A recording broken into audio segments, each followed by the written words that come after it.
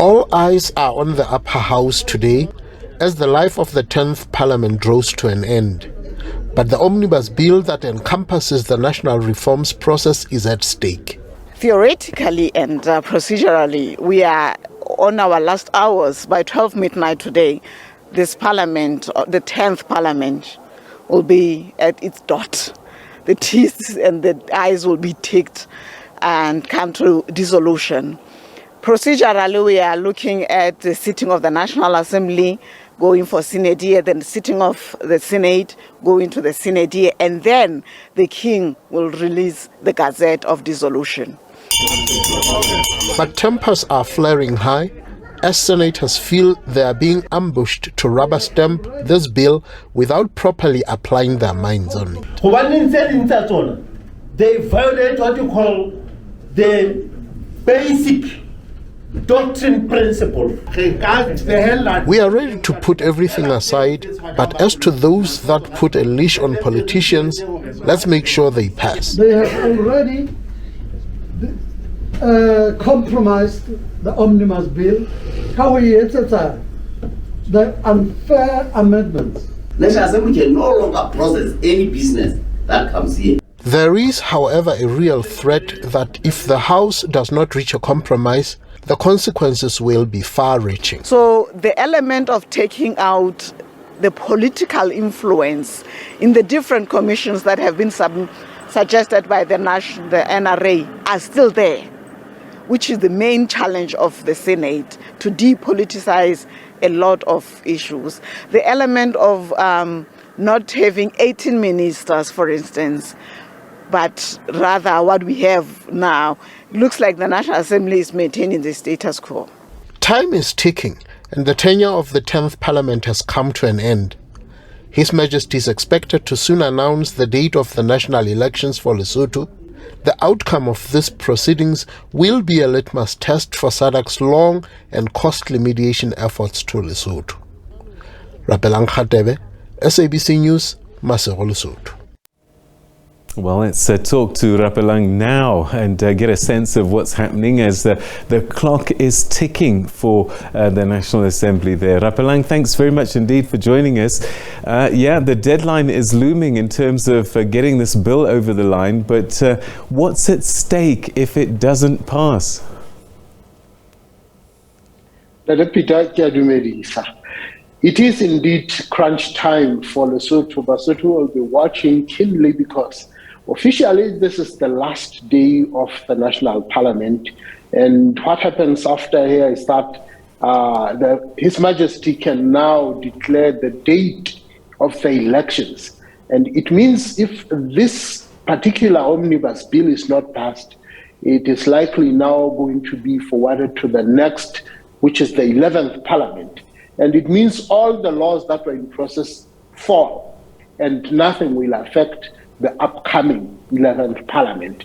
Now, if you understand how much has been at stake for SADC, for the development partners, and for Basotho per se, you know, the number of trees that President Ramaphosa came to try and facilitate, and that the regional body SADC decided that Lesotho needs to go through these multiple reforms, which were ultimately compacted into one omnibus bill that would encompass most of these reforms.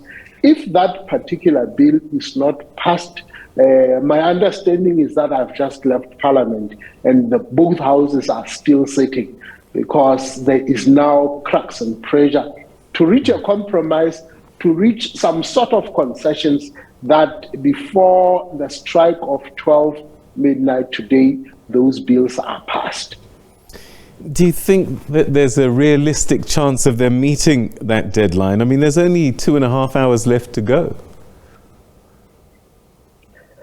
Well, if you were witnessing the to and fro, the ping pong kind of discussions that was happening between the upper house and the lower house, at one point the upper house summoned the Prime Minister to a high-level meeting to give some assurances, to give some guarantees that the bills will be passed, because basically what they are crying foul is that most of these reforms have been sitting with the parliament. And now that it has to be passed to the upper house, it's like they are now being ambushed to quickly just rubber stamp them and pass them as they are. And their beef is that most of these bills have been whittled out.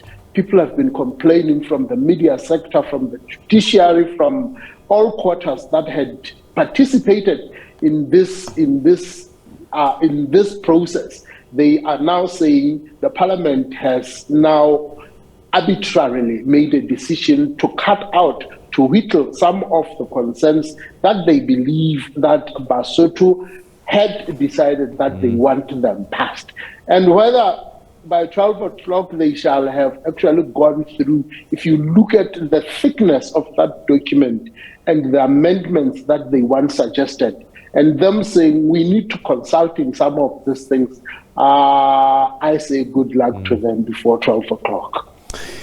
What are the big issues that this bill hopes to fix? And if they don't fix it before the elections, is that a fatal blow? Do they affect the elections in any way?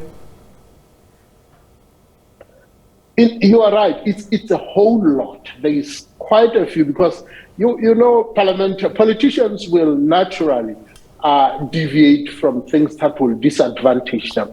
For example, one of the rejected bills was that the plenary session that went out to seek what Basotho think was saying they want a cabinet that does not exceed 18 people.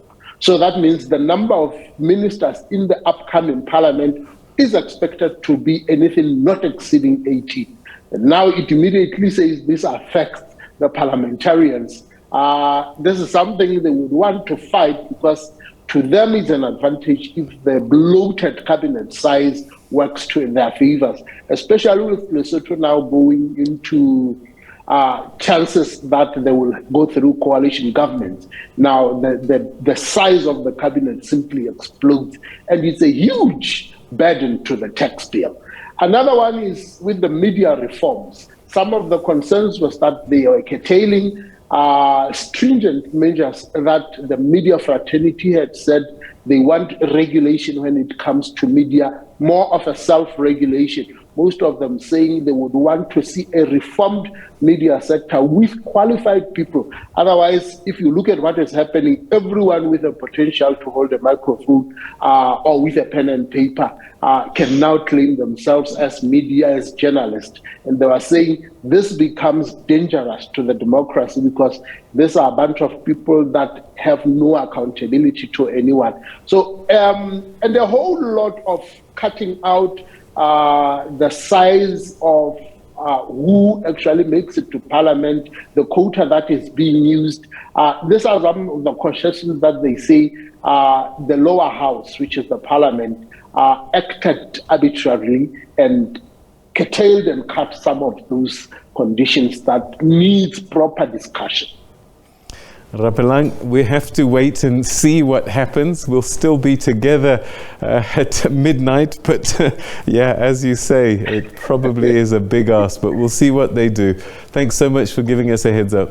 If you look at the number of preparations, apparently the president was supposed to come, and others it was a nightmare when it comes to logistics, but I thank you, Peter. All right, Rapelang, we'll leave it there. Thanks so much indeed. That's our correspondent there in Lesotho, Rapelang Radebe, giving us an update on this omnibus bill, which the parliament was supposed to have signed into law, but they're having difficulties, and they've got 2.5 hours to try and come to some kind of resolution.